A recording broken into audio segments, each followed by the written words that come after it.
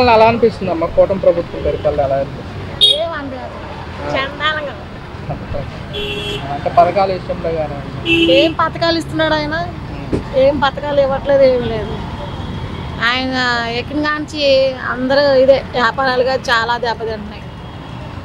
ఆయన అసలు ఎందుకు వచ్చాడు అనిపిస్తుంది. దాని బదులు జగనే నెయ్యం. కరెక్ట్గా చెప్తాను, జగనే.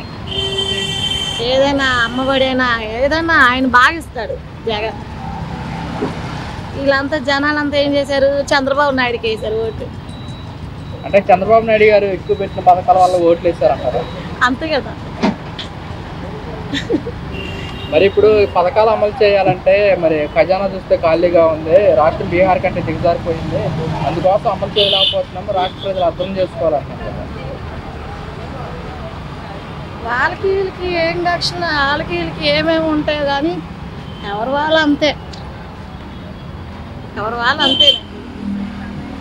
జగన్మోహన్ రెడ్డి గారు అంటున్నారు మా ప్రభుత్వ అధికారంలోకి వస్తే ఈ పాటికి పిల్లలకి ఇస్తారు, అమ్మఒడి ఇస్తారు, పింఛన్ ఇస్తారు, మరేంటి పింఛన్ ఇస్తారు, మరి ఇది చాలా మంది చేయూత. ఆయన ఇప్పుడు ఆడపిల్లలకి 1500 ఇస్తానని చెప్పాడు. పోస్ట్ ఆఫీస్లో అందరి దగ్గర 200 కట్టించుకున్నాడు. మరి ఏమి ఇస్తున్నాడు ఆయన? ఏమి ఇస్తున్నాడండి?